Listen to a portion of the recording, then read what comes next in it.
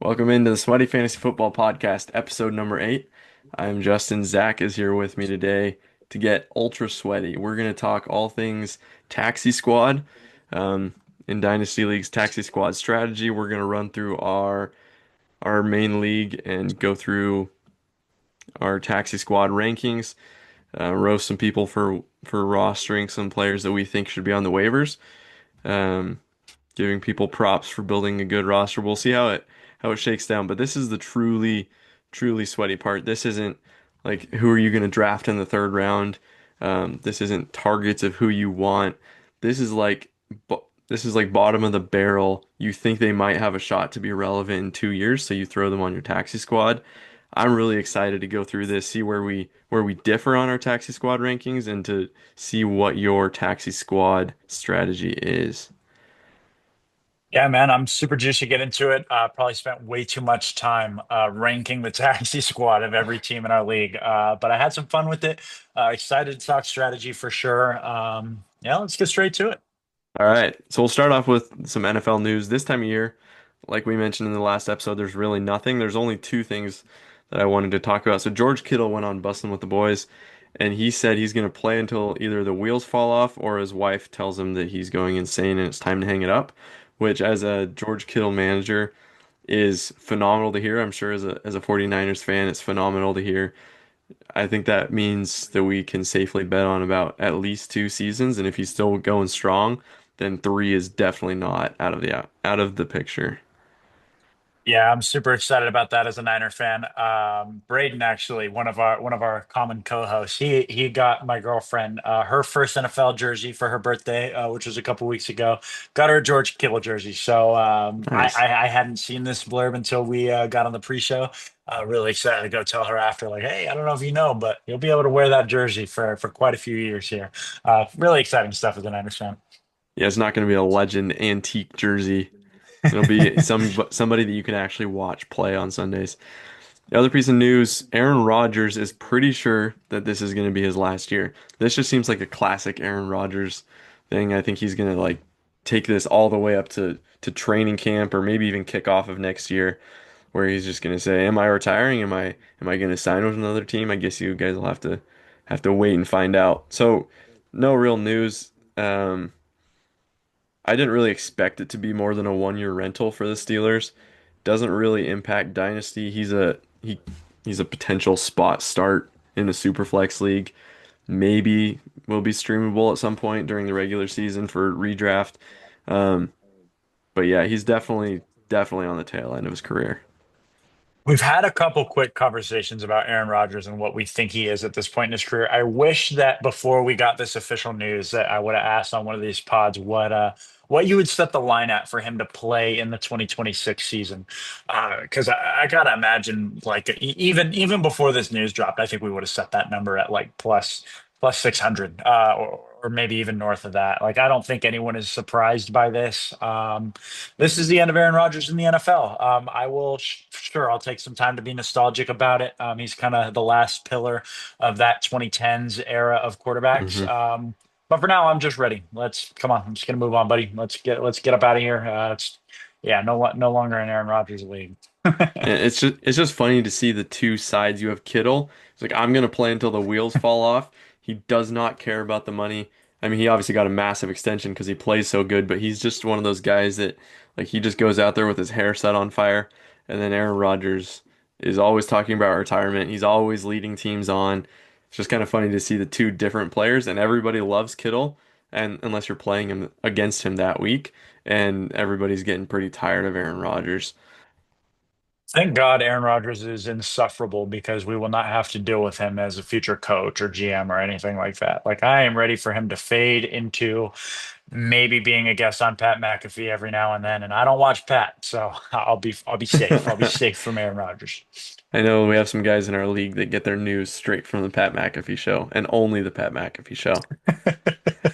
Don't want to diss one of the greats in the industry we're trying to break into, but yeah, yeah, I bet you if you know one of the slogans of the show at this point, I'm sure you can guess who that is. Yeah. All right. Not sponsored by MGM, but No. Wouldn't mind it uh, though. Amen. Next, I do have a trade grade this week. We did get a trade to go through. We're in the trenches of the off season. Over here in Sweaty, we're still churning out some trades. So now you get to hear about the deal that went on between Micah and Trevor. I know we just did a little MGM bit, but Micah did not Micah here. He got a 2026 second round pick, which belonged to Braden, which is projected to be it is currently the least valuable second round pick. And he also got Najee Harris. And for those two things, he gave up Aaron Jones and precisely $6 of FOB. So the grades I gave are, so I'll start with Mike. I gave him an A, and I said, this is a bigger A than the A I gave out last time I did grades.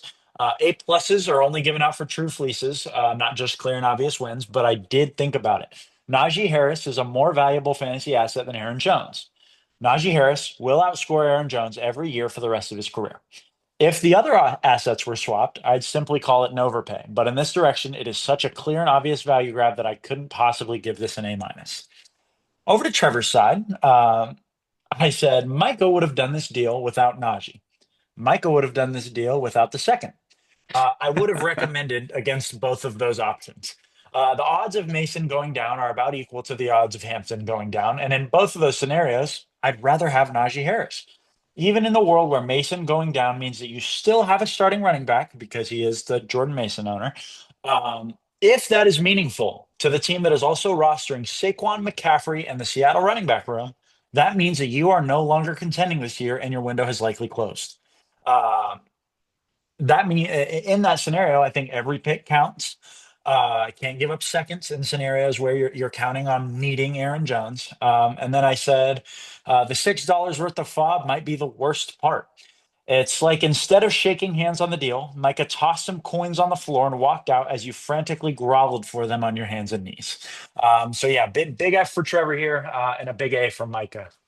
I w- I would definitely agree with that. So Najee is 27 and Aaron Jones is 30. Um, yeah, I mean you laid it out pretty good. I think a second for Aaron Jones and a third would have got it done. So to get Najee on top of that, and I think Najee is really good to start the year. I think Hampton gets worked in over the first half of the year, and I think it's pretty realistic. Honestly, in the second half of the year, they're both backups.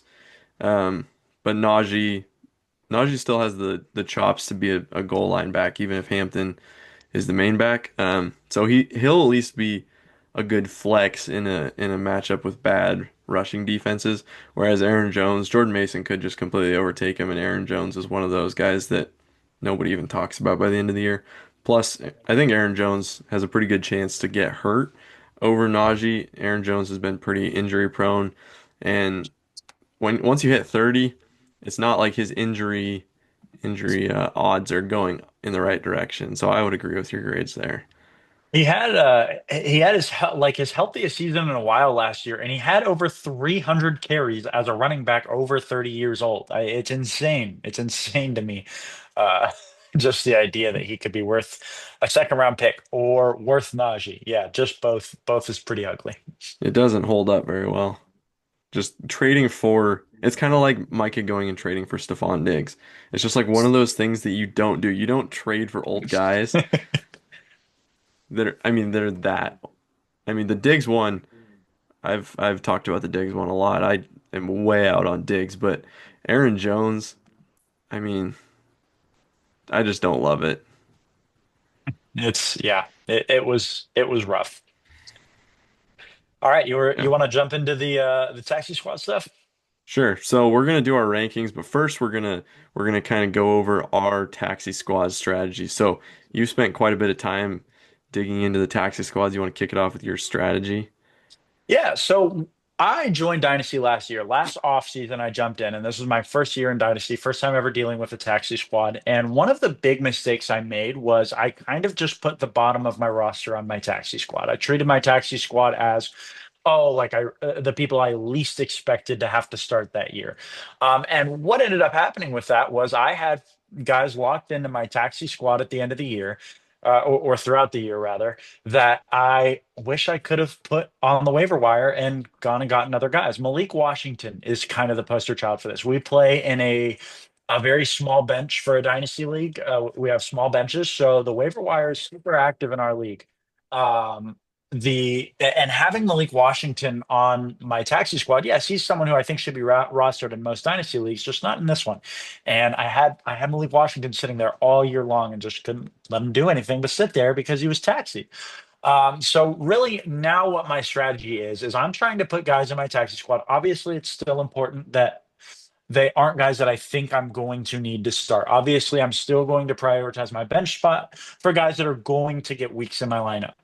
But instead of putting guys that are just simply the bottom of my roster in the taxi squad, I'm trying to put guys there that I know I'm going to want to have on my roster next offseason. I think, there's probably a harder path to production for them this year than next year, but I definitely think they'll maintain some value, and I won't be in October, November thinking, wow, I wish I had that roster spot. So that's kind of my thoughts on what a taxi squad should look like. What do you think? So my approach on a taxi squad is I so I agree with you. I think our dynasty league is a little bit different. We wanted to make it sweaty, so it's it's pretty short benches. So it's kind of like a hybrid dynasty redraft league where waivers still mean a lot. There's guys to pick up off the waivers. It's not like the guy that breaks out week one is guaranteed to be on somebody's team. Um, just real quick, I wanted to talk about how many years of experience because there's some people, some leagues um, will do only rookies on the taxi squad. Some people will do first 2 years of experience. You said you commission a league that you can put anybody on the taxi squad. Our league is anybody with up to 3 years of experience on the taxi squad. And I guess just to kind of if anybody doesn't know what a taxi squad is spots that you can move in and out. You can put players there, and then at the beginning of the season it locks. So I can pull guys off the taxi squad. I cannot put anybody on the taxi squad. So we have 5 spots in our league and up to 3 years of experience. So the way I think it's best illustrated by an example. So one of the guys on my taxi squad that I love having on my taxi squad is Ben Sennett. I have George Kittle as my tight end. Really, all I'm looking for is I want to see some flashes of Ben Sennett improving. I want to see him start to take over from Zach Ertz by the end of the year. And if he does, then hopefully he'll be worth something next year. But he's not somebody that I would want to drop if somebody blew up week one because I'm not necessarily expecting him to have 7 targets for 100 yards and a touchdown week one and him to be the next breakout tight end. So my taxi squad, I'm looking for guys that I believe have a future, but that future maybe isn't necessarily this year. And I just want to see some flashes of it this year because, like Zach said, I want to have guys at the end of my bench that I can cut when I'm going to pick up the next guy that I want. I want to be able to cut somebody, and if that's just sitting on my taxi squad, then I could drop the guy on my taxi squad, but I can't pick up another player. That doesn't free up a roster spot for me. Um, I also don't like, and I don't know if you agree with this, I don't like holding backup running backs, like clear handcuffs on the taxi squad. So I moved Tyler Algier out of my taxi squad a couple weeks ago because I think I also don't own Bijan. I shipped him off earlier this offseason. So there at some point, if Bijan gets banged up or if he gets hurt, I can either flip him or play him. And even if he doesn't get banged up, then I can still flip him. But him sitting on the taxi squad, really the only thing that could happen is I pull him off of the taxi squad at some point because pretty much nobody plays 17 games. So at the point that Bijan misses 1 game because he's playing 16, Tyler Algier comes off, and I automatically lose that spot. I'm a little bit in the other direction now with Tyler Algier. It's understandable you're no longer the Bijan owner, but the idea for me is Tyler Algier is a guy who we assume he's going to hold his value through the year. He's not going to be someone you're going to want to drop mid-season. However, he's not going to be someone who gets run unless Bijan Robinson goes down, and you're not betting on at least, especially not with like young superstar running backs. You're not betting on Bijan to go down. You're not sure he's going to go down. So I would. One of the things I did in my rankings was I gave a piece of advice that kind of fits my strategy, and one of those pieces of advice would have been to put Tyler Algier on your on your taxi squad. That was one of the things I picked out for you. But yeah, I like the idea that You you'll know when the production is going to come. You'll know when it's time to pull them off your taxi squad, but something else has to happen for that to be the right decision. That's why I kind of like having your handcuffs be taxi and not taking up a flexible spot because they're not flexible until someone gets hurt. That's true. I guess I hadn't thought of it like that. You may have just changed my mind. Um, I think for guys that it's not clear if they're the backup, like I guess I'll just go with another guy on my taxi squad. I have Ollie Gordon on my taxi squad. Um, if Achan gets hurt week one, I don't necessarily know that it's going to be Jalen Wright or Ollie Gordon. So I might want Ollie Gordon just to sit on the taxi squad for another half a year anyways, just to see. And then if he is the guaranteed handcuff, then I either will flip him to Braden, who owns HN right now, or I could pull him off at some point. But it's not like as soon as HN gets hurt, I'm pulling Ollie Gordon. And that's just an example. I'm not saying that HN's going to get hurt. Um, so it's interesting. And then also just kind of wide receivers that might take a year if they're in a crowded room.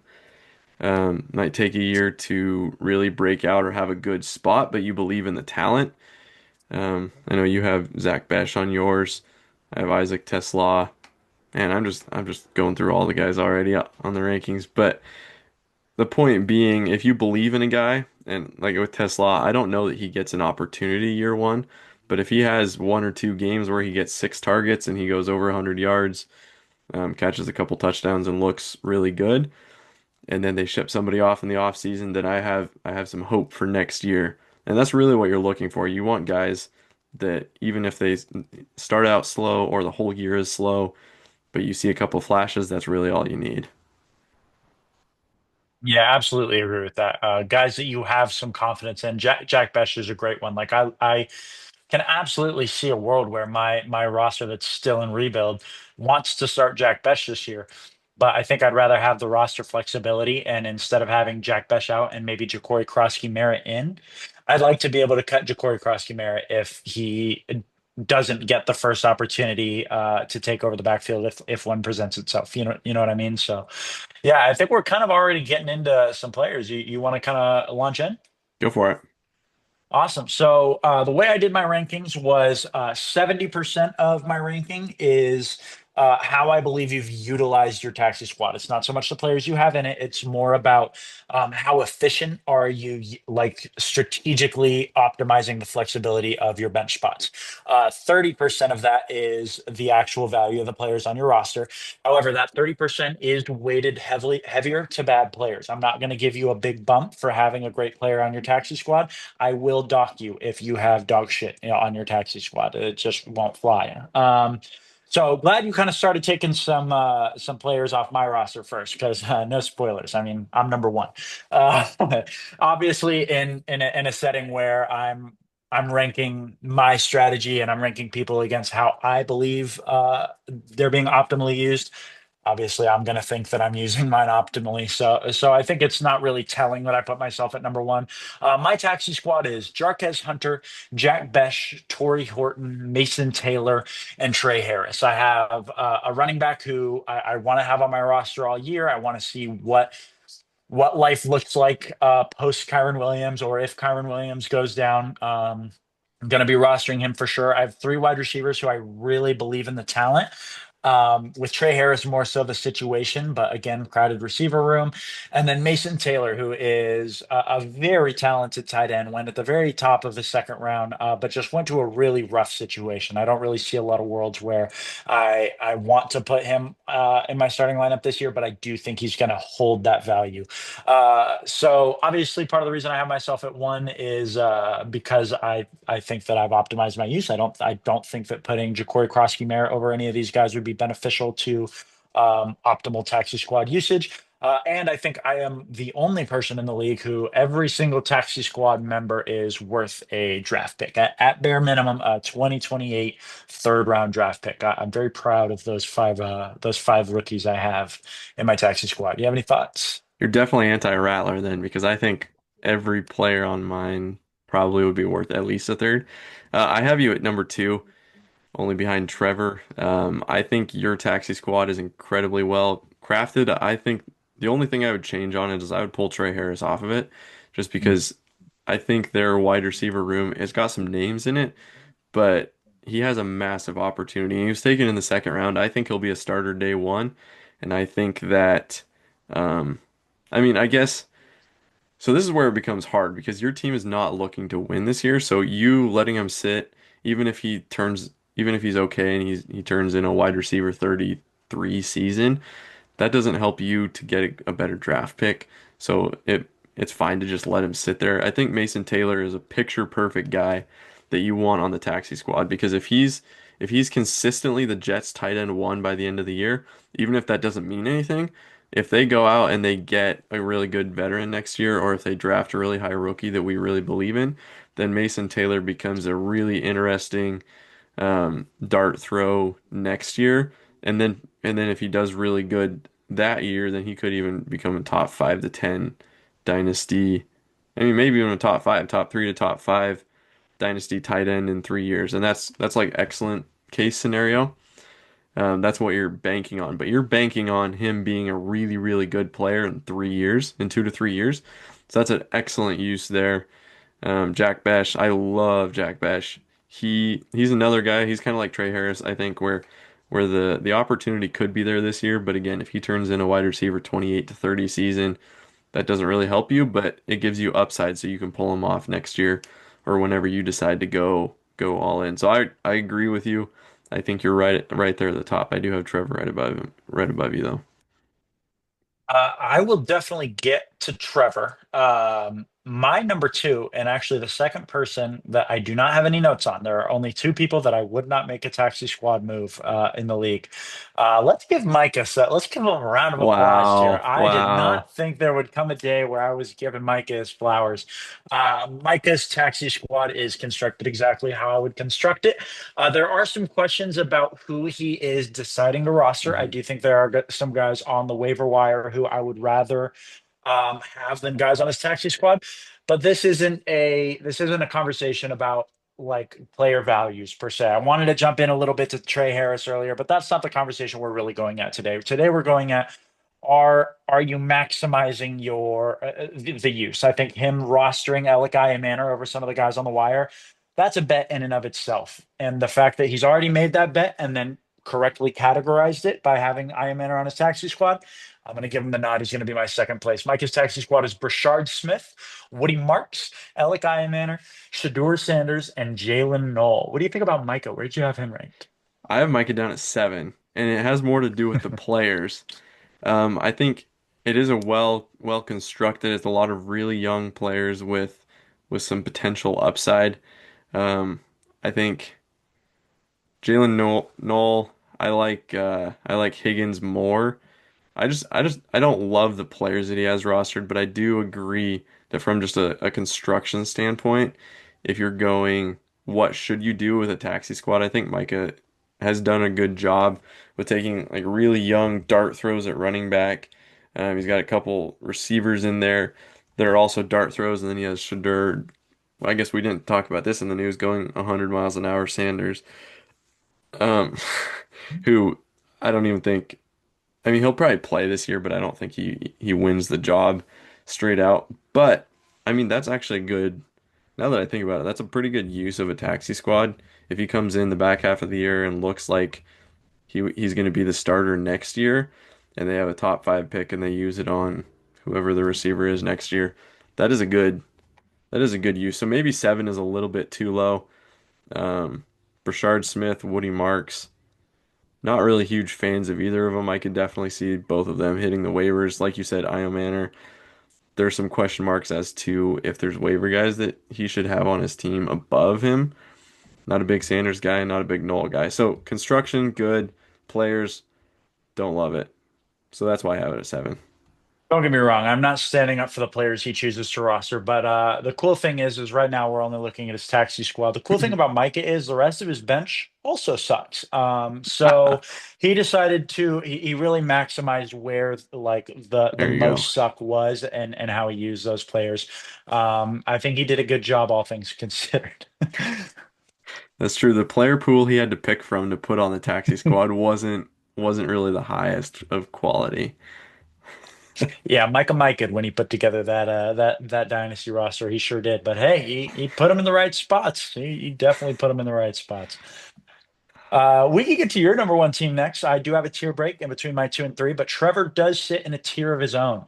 He has Dalton Kincaid, Adonai Mitchell, Ricky Pearsall, Terrence Ferguson, and Jordan Mason. I think very clearly the best collection of players here. The reason I do not give him one for just having the best collection of players on his taxi squad is a little bit of the strategy. This is where I start to get into having some advice. Trevor, the advice I would give to you is I think you should swap Zach Charbonnet and Jordan Mason. Jordan Mason is again. We talked a little bit or in the trade segment about how we believe that he's the RB1. We believe that he will get starts this year. We cannot say the same for Zach Charbonnet if Kenneth Walker is healthy. I would rather have Jordan Mason be available and have Zach Charbonnet be kind of on a back burner until it is proven to us that Zach Charbonnet is someone you want to put in your starting roster. I think it's more likely that next offseason, Zach Charbonnet is someone you absolutely want to keep on your roster over Jordan Mason, just kind of because of draft capital and situation. So that's the only note I have. Again, very good taxi squad, and that's why I kind of put you in a tier of your own here at three. What do you think, So I just who is his tight end? Who is his starting tight end? Because to have Kincaid and Ferguson on the taxi squad is a little. Jake? Jake Ferguson is the starting tight end. Oh yeah, he's got both of the Fergusons. Yeah, Um, Ferg Bros. him and I have been in some conversations, some trade talks in the last week. He really wants Kittle. He doesn't want to pay for Kittle, what I think he needs to pay for Kittle. Um, but he wants him because his tight end room isn't elite. Kincaid, I mean, that's just a name where you could have traded him for a ton after his rookie season. Um, So to have Kincaid and Ferguson on the taxi squad, I like the strategy of stashing tight ends and putting them on the taxi squad just to see if they do anything this year. Because you're looking at it for the whole year. Just simply because if they don't get, you want to see improvement to where they're actually getting a target share, and that's kind of just over the season. So as a general rule, I think putting those guys on a taxi squad is a good move. I agree. Take Jordan Mason off. You're going to be starting him most weeks or at least as a flex option. His running back room is really good, but starting him as a flex option will be most weeks. Technical difficulties, my internet crashed. I think I was talking about how Pearsall we should know early in the season. Like his opportunity is now. If he's really going to hit, I feel like it's going to be at the beginning of the year, and he's got plenty of opportunity to hit the ground running.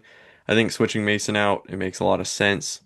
Having Kincaid and Ferguson, if either one of those guys, like if Kincaid bounces back to form of what he was rookie year, that's a pretty good thing. And if he doesn't, then he just sits on the taxi squad for the whole year and then gets cut at the end of the year. AD Mitchell, same thing. If he hits it off with Danny Dimes, who's the presumed starter as of this moment, then he might be valuable. And if he stinks this year, then he could either be cut or flipped for maybe a third or five fab or something. But I think it's a really good. There's a lot of potential on this taxi squad, which is something that I value highly. You don't want guys that are just going to sit around for 2 or 3 years. Um, you want to be able to have at least some upside. But again, these guys outside of Pearsall, I would say, and then Mason, who we already said to move, they're pretty good. I would rate this the top taxi squad, I think. That's where I have it One of the right now, but reasons, one of the reasons I still have it so high is because another oh no,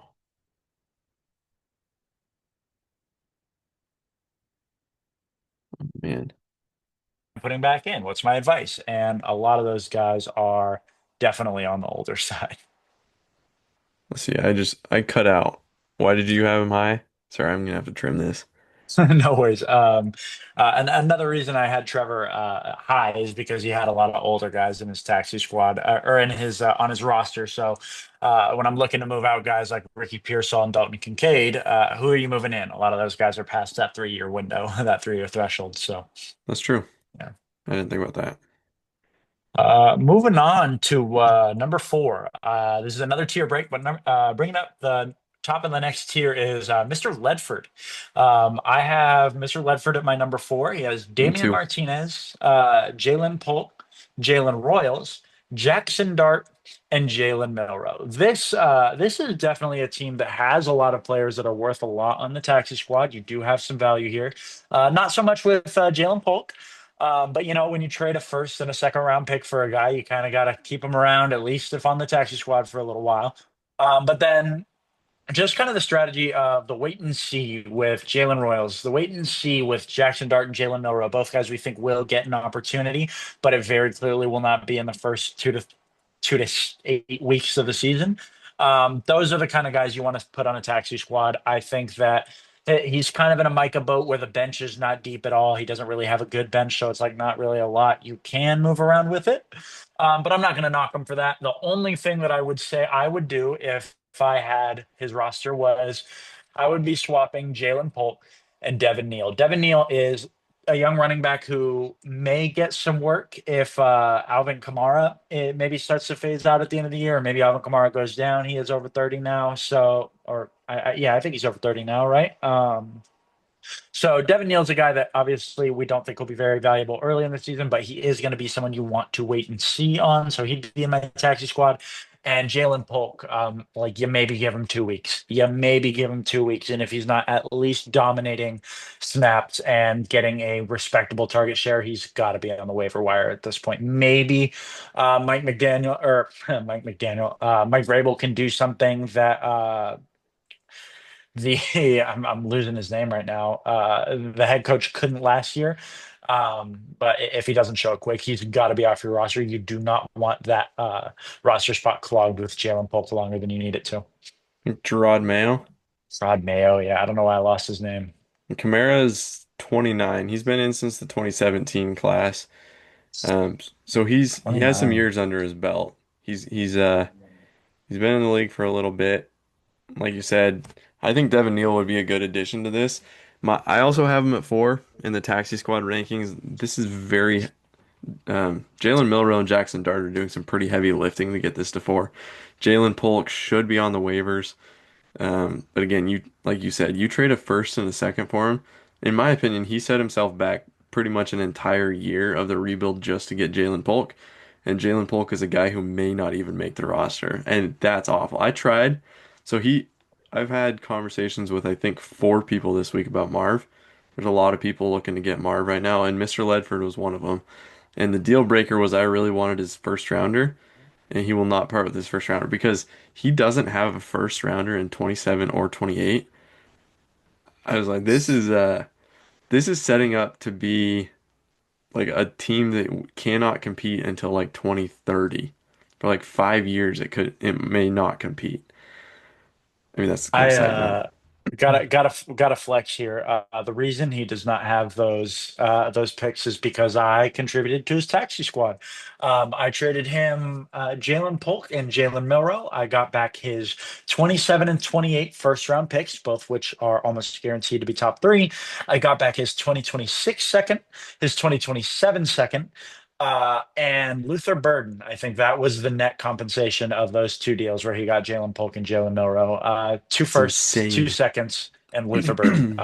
Yeah, that's yeah, done a lot of heavy lifting in my personal rebuild. I'll give him an honorable mention when I hoist my trophy for sure. And I mean, that's to the point where like you're competing solidly for championships and getting a top three pick every year, which is it's a pretty good place to be in if it all breaks. I mean, if Milrow becomes Lamar Jackson and Dart becomes, I don't know, he may come out of it sooner than I think, but I think 2030 is a good ETA for competition. Anyways, back to the taxi squad. Dart and Milrow do a lot of the heavy lifting here. Polk off the squad. Martinez, who does he even play for? I can't even remember who he's on. Oh, is he on the Seahawks? Guess. It's Mr. Ledford team. I'll give you one guess. I don't know why I asked that. He's on the It's Seahawks, but he's like a fourth string running back, or he might be a third string, but it's projects third. Yeah, very projects third. He cool. was a seventh round pick. Okay. So I mean, a seventh round pick. He was good. He was really good at Oregon State. And then he went to Miami and he was kind of meh, which is obviously represented in the seventh round draft capital. I mean, it's definitely a Seahawks take to be rostering him. I think if he dropped Damian Martinez, I don't know that anybody would bid on him besides maybe like Micah or Braden, maybe I Trevor. A roster him C. in another league. Oh, you do? I'm a Damian Martinez guy. I thought he was awesome at Miami. I think he's a really talented running back. I expected him to go day two in the NFL draft. I was shocked when he fell. Seventh round has got to hurt then. Yeah, absolutely. I mean, took him off my draft boards. The league I rostered him in. I did not spend fob on him. But yeah, I do have him in a league. Yeah, zero fab bid is what would win the Damian Martinez sweepstakes if he hit the waivers. So I mean, Jalen Royals, it is a crowded receiver room, so I think it's a good dart to throw because he might show some flashes by the end of the year where you feel confident about him. But again, Dart and Milrow are pretty much the reason that this is at number four because he's not in it for this year. And if you can get the 101, it's going to be him and Gabe duking it out for the 101. If you can get a top two, three pick and then have Dart and Milrow evolving into every week starters, that's really how this breaks right. If Dart and Milrow don't turn out, this team might be like a 2035 ETA. It could go south really quick. But again, those players are really good. I like how he's constructed his taxi squad, and I also have him at four. Going on to my number five. There's another big discrepancy between us. I put Gabe as my number five team. Again, we're getting into a lot Okay. of the construction. This is a team that is deepest in rebuild. This team joined a kind of nightmare roster this offseason, just right before the draft, and has really kind of torn it down. So I'm not going to hate on any of the pieces here, but reading through them, you got Jordan James, Riley Leonard, Tez Johnson, Ty Felton, and Kalel Mullings. This is one of those teams where it's like, maybe there's one guy who's worth a 2028 third in this taxi squad. However, that extends into the bench. And I think that the guys in the taxi squad, I can make a case for. I understand why they're here. The only advice I would give to this team is to swap Kalel Mullings and Jalen Lane. Jalen Lane got day two draft capital. There's an obvious path to him getting volume in that offense. Debo Samuel's a little bit older. I was not high on Jalen Lane at all. I did not have a day two grade on him coming out. But when a top offense spends significant draft capital to get a guy, and you can see the path to him getting work, he's going to be a guy you want on your roster next offseason. Can't say the same for Kalel Mullings, RB3 in a bad offense, and really someone who projects like almost as much as a fullback as like he'll probably be used primarily for like the goal line role and maybe short yardage on third down.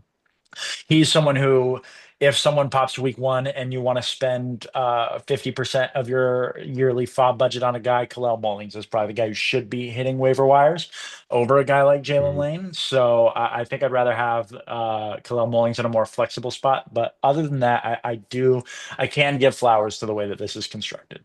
I have him at number 10. I mean, if you don't know who Kalel Mullings is, I feel like obviously we're doing this podcast. I'm pretty into football and I had not heard this name before I was doing my research for this pod. Kalel Mullings is a running back for the Titans, picked in the sixth round. He was a 3-year linebacker at Michigan. His last year he turned running back and then was drafted in the sixth round. Yeah, he might be a fullback. I honestly don't know too much about him, but yeah, again, third string on a bad team. One of the things I'm learning, we'll talk about, I don't know where you have Tyler. We'll talk about him in a bit. He's a big Browns guy. Gabe is a massive Ducks fan, and he is a massive Titans fan. So therefore, you're gonna have guys like Jordan James. I mean, Jordan James is a solid guy to roster because Shanahan does some weird and wacky stuff with his running back room. But like Kalel Mullings, and Tez Johnson. I mean, those are two guys that if they were on the waivers, I would bet a lot of money that nobody picks either one of those guys up.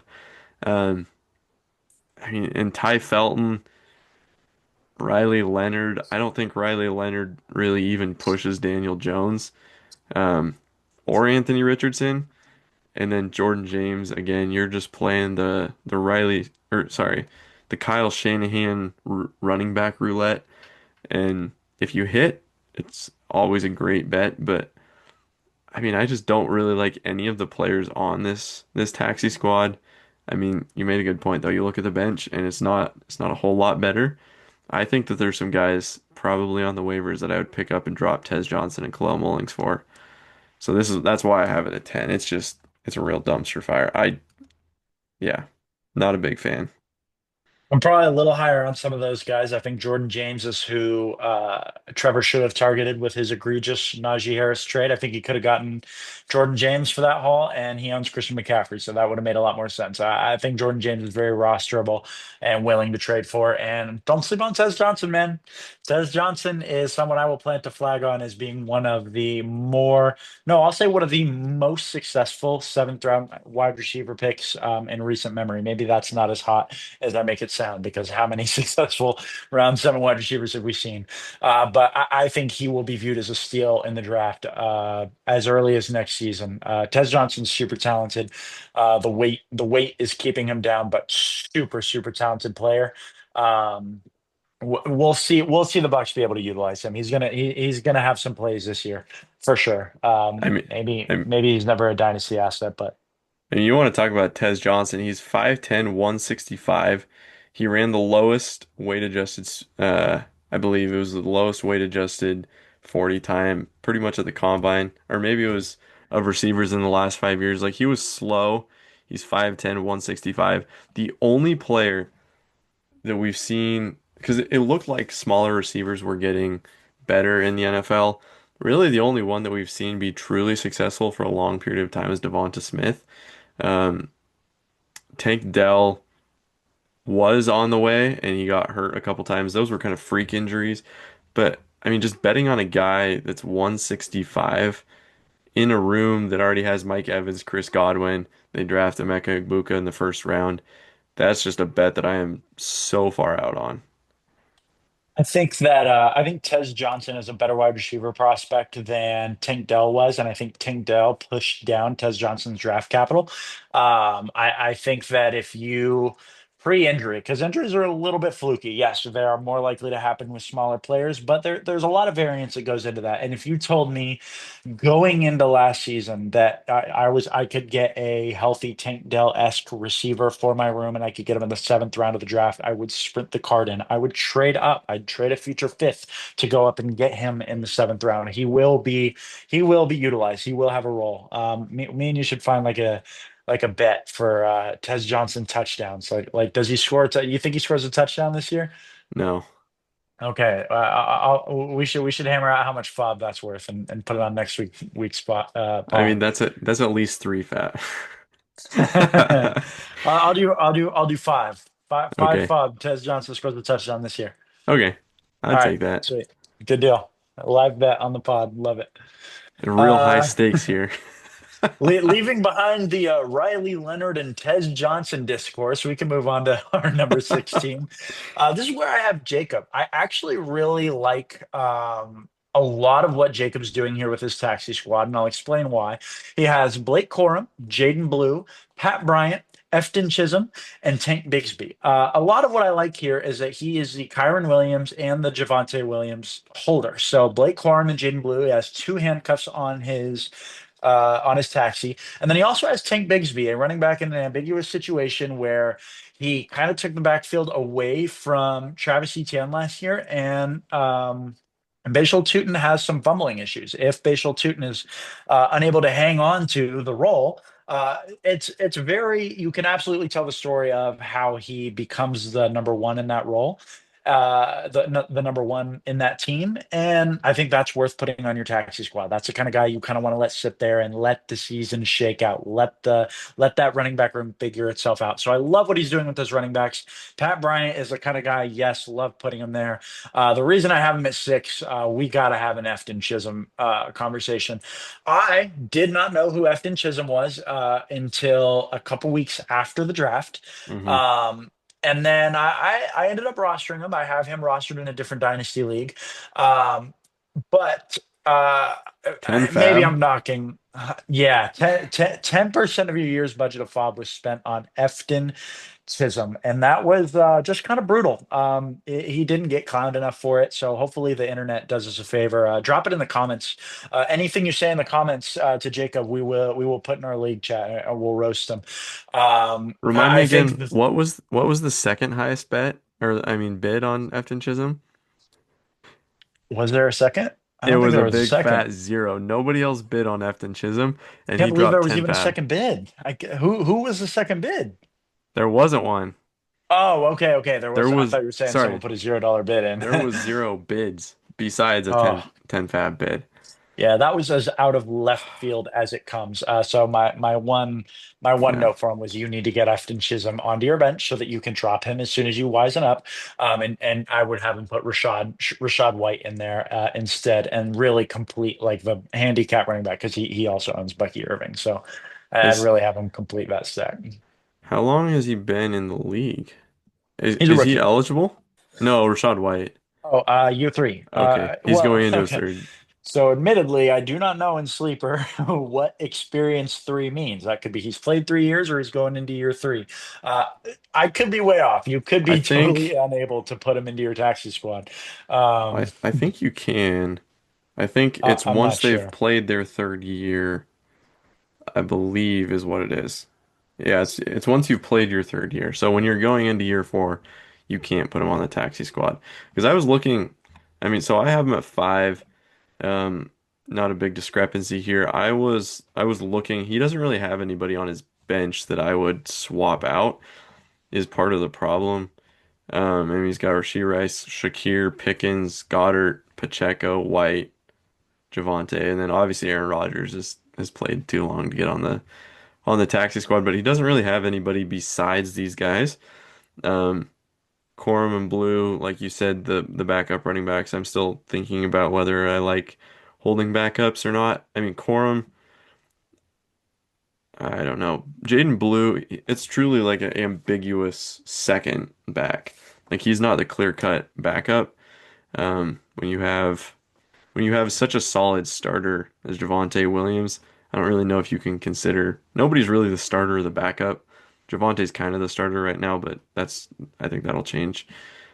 Tank Bigsby, I don't know that I would have him on the taxi squad just because I think there's a real shot that he's a flex player every week. And if Jacob's competing like he thinks he is, then you're going to need solid flex spots. So I have him at five just because he does have some youth. He has some solid players. Pat Bryant, I'm obviously a Bo Nix guy. Um, he's got some potential, some backup running backs, and a shot on Efton Chisholm. It's a solid middle of the pack. Yeah, it's yeah, solid middle of the pack. He's at six, so technically in the bottom half, but he's dead center of the tier he's in, and dead center of really the grouping. 5.5, I guess, would be the middle. You want to move on to number seven? Go for it. This is the end of this. What is this? The third tier? Yeah, the end of the third tier. This is where I have Braden. Braden has Jalen Wright, Harold Fannin, Chim DK, Chigakonkwo, and then Keaton Mitchell. Again, I like having handcuffs here. He's the Devon Achane owner. He's the Derrick Henry owner. So those two guys makes a lot of sense. Harold Fannin, we've talked a little bit about tight ends and why they're kind of the perfect taxi squad stash. That's done very well. The last two players, Chim DK and Chigakonkwo, I understand what he's doing. He's a massive Cam Ward fan. I think he just really wants to have a piece of that offense. Um, but this is the first player that I have two pieces of advice for on the taxi squad. I have him putting Kyle Williams from his bench into his taxi squad and moving Chim DK out, and then putting Tyler Shuck from his bench into his taxi squad because both of those guys I think you're going to want to have on your roster longer than the guys who are in there right now. And I don't think with his contending roster, he's going to really feel the he's going to really hurt for those players in his flex spots or starting QB spots. At any point in the season. So I did give him the nod because I really like some of the players. I didn't put him in the final tier, the tier with the guys that I have two pieces of advice for. I bumped him up a tier because of the Harold Fannins, because of the Keaton Mitchell, Jalen Wright handicap stuff. But there is still some large inefficiencies in the way this is being managed for sure. Yeah, like you said, Fannin. Rookie tight end, that's great, great use of that. Chig Okonkwo, I feel like we already know what Chig is, and it's not really anything of relevance. I think it was maybe going into his second year, there was kind of some rumblings in the fantasy community. He was kind of like a sleeper that everybody was kind of getting behind, and he's never really done anything. Keaton Mitchell, Jalen Wright, two handcuffs. I mean, I like it. It's fine. Sorry, I forgot to mention I have him at number 8. So it's obviously it's not my favorite, just because I do think I mean DK, I don't love him. Um, like you said, I guess he's just trying to get pieces of a Cam Ward offense. And if Cam Ward explodes and is really, really good year one, then there might be a little bit of clarity, and one of those guys could come off the taxi squad and be a starter next year. I do agree that Shuck should go on to the taxi squad just because with Jalen Hurts and Josh Allen, Tyler Shuck isn't going to be pushing either of those guys, um, even if he's the starter for the entire year. There's no world where he starts over either one of those guys, barring a very bad injury season for Braden or a really bad bye week. So yeah, I think I would switch those guys out too. It's fine, not great, and that's why I have it 8. Yeah, that's about where I'm at. I think the Harold Fannin is great. I think the Jalen Wright is pretty great, all things considered. But Chim DK and Chig Okonkwo, I do not expect them to be. I mean, they'll be on his roster. They're in his taxi squad. But if they don't, if they're not on his taxi squad by week one, they won't make it to week four, in my opinion. Yeah, that's like I said, that's the end of my middle tier, and now the moment I'm sure you've been waiting for. This is another place we have a big inefficiency. I have you here at my number 8 spot, heading Shocked. up the last tier. You're shocked, honestly. Yes, Okay, dead serious. so we'll get after it. So Spencer Rattler, Ben Sinnott, Theo Johnson, Ollie Gordon, and Isaac Tesla. I will say you are the team that I personally hit the hardest for bad players. I am. Spencer Rattler is one a bad QB, and he showed us that last year. Even independent of the situation, I understand the situation was horrible. He played. He contributed to that. He was a big piece of that. I know there's so many rumblings about Ben Sinnott and him being a sleeper. I know the footballers are on him. I know a lot of people personally who really like Ben Sinnott. I'm not there. I don't like Ben Sinnott. He has no spot on my roster. He'll be next year's Chigakonkwo. All right, I'm going to call it now. That's Ben fair. Sinnott is a Chigakonkwo. Um, Theo Johnson is very similar to me. He is not a player that I really like. Ollie Gordon is not the RB2 in Miami, in my opinion. I think you could see a world where he has an outlier touchdown season, kind of how Raheem Mostert did. And then Isaac Tesla, I actually really like this. This is a perfect taxi squad spot. I think you cooked here. Having Isaac Tesla here is really solid. But part of the reason I had you pretty far down my ranks is there are two moves I would make you your taxi squad. I would be putting Isaac Garendo in your taxi squad for Spencer Rattler so that you can drop Spencer Rattler as early as humanly possible. And then I would swap Tyler Algier in for Theo Johnson. We talked about that a little bit pre-show. All I'm really doing here is moving in running backs who objectively have value because they are valuable if they get a starting role. But you want the bench spot flexibility for people who you know the situation. You will not realize any of that value in fantasy production until a McCaffrey or a Bijan goes down. So until that happens, I think you want to have them in a taxi squad, and I would move out Spencer Rattler and Theo Johnson. Okay, so I have myself at 3. Admittedly, looking at this, Rattler is not going to be here. He'll either be the starter for the Saints, and if that's the case, he's on my starting roster. If he's the backup for the Saints, he's on the waivers, and I don't think anybody even comes close to picking him up. You can argue bad situation all last year. You're right. He was part of the contributing factor to that game where I think we've talked about it in our discussion, but that I can't remember what the game that he they played. I think they played the Broncos. Broncos. Yeah, They we were were down talking about it like live in the chat. yeah, okay. They were down like 35-0 in the first half. Like it was just Spencer Rattler was just throwing picks, taking massive sacks. Ball wasn't going anywhere. I think I'm holding on to him just because he does have the chance to be the starter. But admittedly, probably not the best use of a spot, and I don't think this is what it'll look like come week one. Ben Sinnott, I am I am high on it. I do realize he only had 5 targets. He had 5 catches, but he had 5 targets all of last year. And I mean, we've kind of hammered this home with Ben Sennett and Theo Johnson is kind of the most recent example now, is that you want to have rookie tight ends, or in Theo Johnson's case, he's a second year, but he was hurt for a lot of last year, and he showed flashes. And so really all I'm looking for is by the time I get to the end of the year, if Ben Sennett has overtaken Zach Ertz, then I have a potential starter or flex guy. Um, or Theo Johnson, I mean, he's going to be the starter. Does he do anything with that with the quarterbacks that he has? I don't know. I think Theo Johnson and Sennett are perfect for a taxi squad. I think Tesla is perfect for a taxi squad as well. We touched on him when we were talking about the in our quick discussion to start it out. I don't know that he has really a big opportunity this year, but if he shows flashes and carves out a little bit of a role for himself over the year, then I think he could have some value going into next year. Ollie Gordon, this one is kind of a bet on his junior year of college, or sorry, sophomore year of college. So I don't know how much you follow that. Ollie Gordon was like, he was the guy that everybody was bummed that you had to wait another year because they wanted Ollie Gordon so bad. And then he went out and kind of fell on his face, went in the seventh round to the Dolphins. He doesn't have the hype he once had. If he bounces back, I think taking over from Jalen Wright as the backup is not a difficult thing to do. And so I put myself at 3 just because I like the 2 tight end setup. Ollie Gordon, I really believe in, and Tesla, I think is perfect. Rattler, if I were to go back, I'd probably move myself down to like 5 or 6 just because Rattler is really not a good use of a taxi squad spot.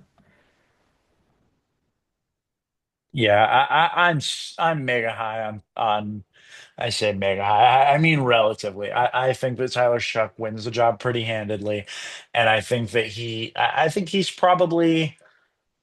I don't know if they're drafting a quarterback next offseason. I know that we're in a really good quarterback draft, and maybe that's bad. Maybe he's Daniel Jones. You know what I mean? He's just good enough to play you out of a quarterback for a couple years, but I mean, Daniel Jones over the last however many years he was in New York, he was a starting quarterback every year. He had games where he scored points, you know, and that is valuable in Dynasty. You know what I mean? Not super valuable in Dynasty, but definitely more valuable than I think Theo Johnson or Ben Sinnott will ever be as a quarterback. So yeah, I think that's probably a little bit of the bias why I got you down at 8.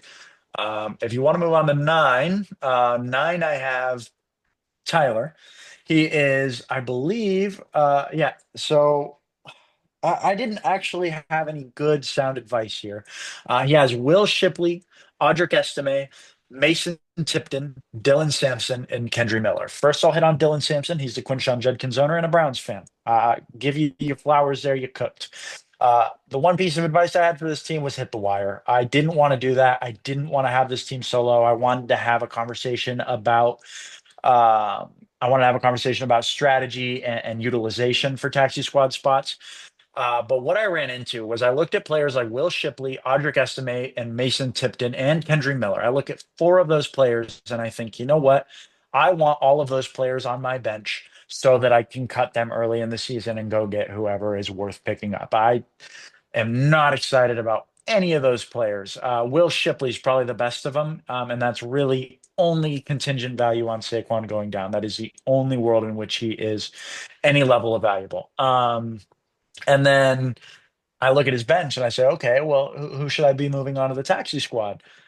And there was just nobody on the bench that I felt good about. Oh, maybe you'll want to have them there next year. I think that it's a rough taxi squad. It is a rough taxi squad. It's a rough roster. This roster is also kind of in rebuild, mostly in rebuild. It's probably needs to sell a few more pieces preseason if it wants to have a real shot at that number 1 overall pick, which it should be trying to vie for. But yeah, nothing really to get excited about here. Nothing I'd really move around, but it is like Mason Tipton, man. Like that's an Afton Chisholm conversation, don't you think?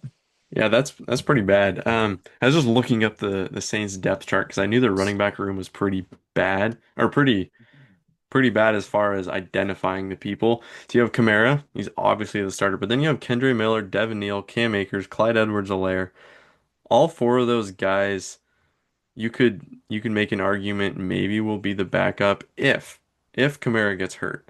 And that's a big if because I mean you have injury outlier seasons all the time. Kamara may play all the games, you never even see the backup. If you were to see the backup, who's to say that it's Devin Neal or Kendre Miller or Cam Akers? You could tell me it's any one of those guys that gets 17 touches the week Kamara goes down, and I would not say you're absolutely insane. I just don't really think any of those guys are really worth. I mean, they might be worth rostering. I dropped Devin Neal. I picked him up, put him on my taxi squad after the draft, dropped him. It's just one of those situations where I want to be able to tell something by the end of the year if they're on my taxi squad so I can make decisions on next year's rookies. And I don't think you're gonna get that with the Saints backfield. Audric Estime, it's been rumored with J.K. Dobbins coming in that he's gonna get cut. Um, Will Shipley, I mean he's a good insurance back for Saquon. Do you know what their running back room looks like off the top of your head? I don't remember that there was a guy they brought in. I forget. Oh, they brought in the Steelers. No, the Steelers brought in Kenneth See, Gainwell. Yeah, they no have idea. they have A.J. Dillon, Will Shipley, Saquon, and Okay. Avery Williams. So they're riding Saquon hard. I mean, there's just no that's just Yeah. their guy. Dylan Sampson. I mean, if you're a Browns fan, I get it, I guess. Again, as far as handcuffs go, he's definitely not near the top of the list. I have him at six. Looking at it now, I think I would move him down to about eight or nine. I think six is probably too high for this, just because there's really nobody that I feel great about on it. Yeah. That's tough. It's the bottom of the list is really not as far from the middle of the list as the middle of the list is from the top of the list to me. I think that there's kind of it's not really super linear, you know. It's a little bit top heavy and then it kind of dips down, but levels off a little bit. I think that the gap between 9 and 5 is not as crazy as the gap between 3 and 1, in my opinion. And I say that a little bit because I feel kind of bad about having Mr. Fiesler ranked number 10. All we've ever done on this pod is get I on have him at here and talk nine. trash about Mr. Fiesler. Oh man. Average of 9.5. That's brutal. That's brutal for a team that's contending this year. We've given him the business on this pod. We got to get on him, give him some flowers, but that will not be right now because his taxi squad is Nick Nash, Quinn Ewers, Xavier Restrepo, Isaiah Likely, and Marvin Mims. And you might say, "Oh, Isaiah Likely, like that's kind of exciting." My piece of advice is you need to get him off your taxi squad and put Rashid Shaheed in. That one is the easiest one for me. Rashid Shaheed is someone who is a speed freak, a beat the top of the defense freak, coming off an knee injury. You want to give him a season to recover. You want to just stash him on the taxi squad, and we'll reevaluate next offseason. Isaiah Likely is not that. In the event that Mark Andrews gets hurt, in the event that Mark Andrews kind of hits an age cliff, he becomes very valuable. I think Isaiah Likely already is very valuable right now. He's a top 12 tight end in Keep Trade Cuts rankings. I know that. So I'd get him out of the taxi squad. You may be using him. His tight end one is Travis Kelsey. So like, yeah, you can absolutely see a world where you're starting Isaiah Likely this year. So it's not as much of a like stash him because he'll be valuable. Marvin Mims, you can see a little bit of value there. So I guess I could kind of get it. But then you look at Xavier Restrepo, who was an undrafted free agent. You look at Nick Nash, who I believe was also an undrafted free agent and a 7 year college player. Just rough, and Quinn Ewers, just absolute rough players to have on your taxi squad. I look at the waiver wire and I genuinely think I could count off 15 names I'd rather have before at least Nick Nash and Quinn Ewers. Restrepo may be in that 15, but not above six. You know what I mean? Hmm. This is a rough taxi squad. Now, this is a contending team, you know what I mean? So maybe the idea is we got to be top heavy, you know? I don't know. It's a rough taxi squad for sure. What do you think? I will say I've tried to trade for his 27 first. I You're right. We have to give him his flowers at some point because I feel like all we've done is kind of just rail on the guys that he has. Um, since you looked at his taxi squad, he did switch Joe Milton for Isaiah Likely. So he Ooh, preemptively heard okay. your advice, Okay. took Isaiah Likely Sharp. off. Yeah, yeah, I think so. I tried to trade I offered him Drake London for Nico and Isaiah Likely, and he said You offered him what? I'm so sorry, I missed it. so I was gonna give him Drake London. I would get Uh-huh. Nico Collins and Isaiah Likely. Okay. Okay. Nico's more valuable than Drake, but I get what you're trying to do there. And he said no. Not no counter, nothing. He said I read about both of those guys this offseason. I like both of them. Not gonna do it. So I said, all right. Anyways, so he did move him off. Joe Milton, I don't really even think he's worth rostering in my opinion. He had one really good preseason game where he was throwing absolute missiles and he was doing really good. The rushing upside, I guess, for the game we play, fantasy football, may make him stay on the roster. Um, but yeah, Quinn Ewers, that's more of a what could have been. That was a big name, supposed to be a top draft pick. Kind of tanked his career by not being good. Nick Nash, I'm a Washington State fan. They played San Jose State this year, and Nick Nash got like 25 targets or something absolutely insane, where they just threw him tunnel screens the entire game, and San Jose State won. I mean, they tore WSU apart, which is embarrassing when you know it's the one guy it's going to, but also you're 25 years old and you're playing against 18-year-olds. That felt a little like he was cheesing the system a little bit. Um, but yeah, I have him at 9. Don't like it. Restrepo, that's just because he's played with Cam Ward. Cam Ward's talked him up. Mims had that 193-yard touchdown from Bo Nix. I just don't like it. It's rough. As far as it goes with Joe Milton, I will not be giving him flowers for moving Joe Milton in there. We talked about it a little bit in the chat today about what our plan for the today's episode was, and so I think that under scrutiny, if you're able to make those decisions, I'm not going to give you any flowers for that one. I will say Joe Milton did have the preseason game. He also is the reason that the Patriots did not have a chance at Travis Hunter. He did come in and at least, I haven't watched any tape on that game. I haven't heard any really compelling opinions on his Oh performance in yeah, that game. But I know that he filled the stat sheet in that game and beat the Buffalo Bills, who did not play any starter, but beat the Bills in that Week 18 game. Actually cashed a minus 300 future that I had on the Patriots to win over 3.5 games last year. So forever have a soft spot in my heart for Joe Milton. I think he's worth rostering. I'd roster him before I rostered Spencer Rattler. I remember there was one specific throw in the preseason where he was rolling out to his left and he like planted right next to the sideline and threw like a 30-yard absolute frozen rope and everybody was like that arm angle he threw it sidearm. This could be the next Patrick Mahomes. And then obviously he uh he wasn't very good. Who is he on now? Do you know off the top of your head? Cowboys. He's the Cowboys. Cowboys. That's another Oh reason yeah, I kind of like him is you saw what they did. This is a little bit anecdotal, but like they went and got Trey Lance. It's obvious what they want that quarterback room to look like in a post Dak world. And Dak does get hurt from time to time. Trey Lance threw 50 passes in a preseason game 2 years ago, and I they gave remember him a little that. bit of work late last year. I think they're going to want to see if Joe Milton starts a game this year.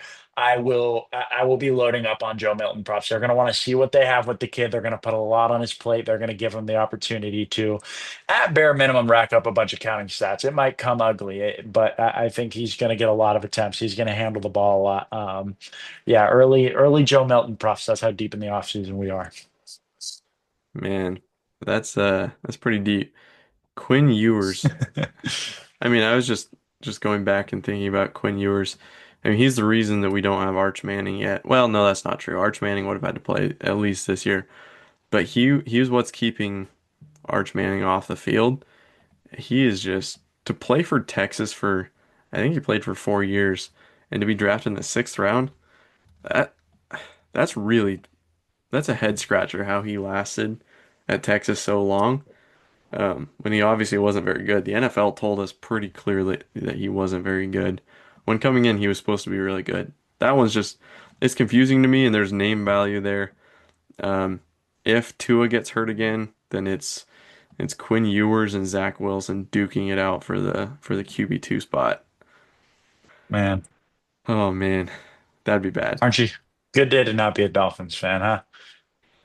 Yeah, I mean, yeah, yeah. If Quinn Ewers and Zach Wilson are duking it out, then that's a pretty clear sign that a McDaniels is on his way out, in my opinion. Anyways, Yeah, I don't like the use of these. I don't like the players. Besides Marvin Mims, I think Marvin Mims could be a decent flex option. Well, I don't know. He you could could get always. lucky. You could have to flex him, and then he'd get 4 or 5 design plays and Yep. score on one of them. That's probably best case scenario with Mims. Or you start him, and he's going to give you 2 points, and you're going to be cooked. I think all of these guys are going to be off the taxi squad next year, and not because they're on his roster. I think they're all going to be off his taxi squad, probably because they're on waivers. Yeah, I think you're probably right about that one. This might, so looking through the list, this might actually be the team that I think, or the taxi squad that I think it has the highest likelihood that every single one of them will be on waivers. Mm. Yeah, Maybe I could Gabe. see it. Tyler's close. Dylan Sampson is really the only name, and Jerome Ford is still in that room, if I'm not mistaken. He is. There's a world where he does not win the job from Jerome Ford, and if he does not, then I think and like I said, likely is still in there because just because I said I'm going to be taking a look at your taxi squad doesn't mean you get to pull any shenanigans with Joe Milton. Uh, Yeah, I'm surprised nobody threw like CD on their taxi squad or something. Jacob would totally be the type to do something like that. Get Efton Chisholm out of there and just clown me for making my whole thing about how dumb he was for picking up Efton Chisholm.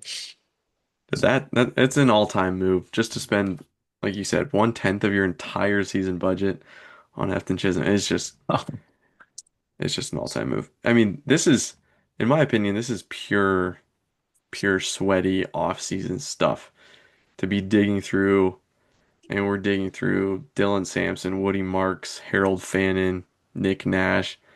These are guys that most fantasy football shows that you're listening to are not bringing up. So props to you We're on doing that we're one. doing good.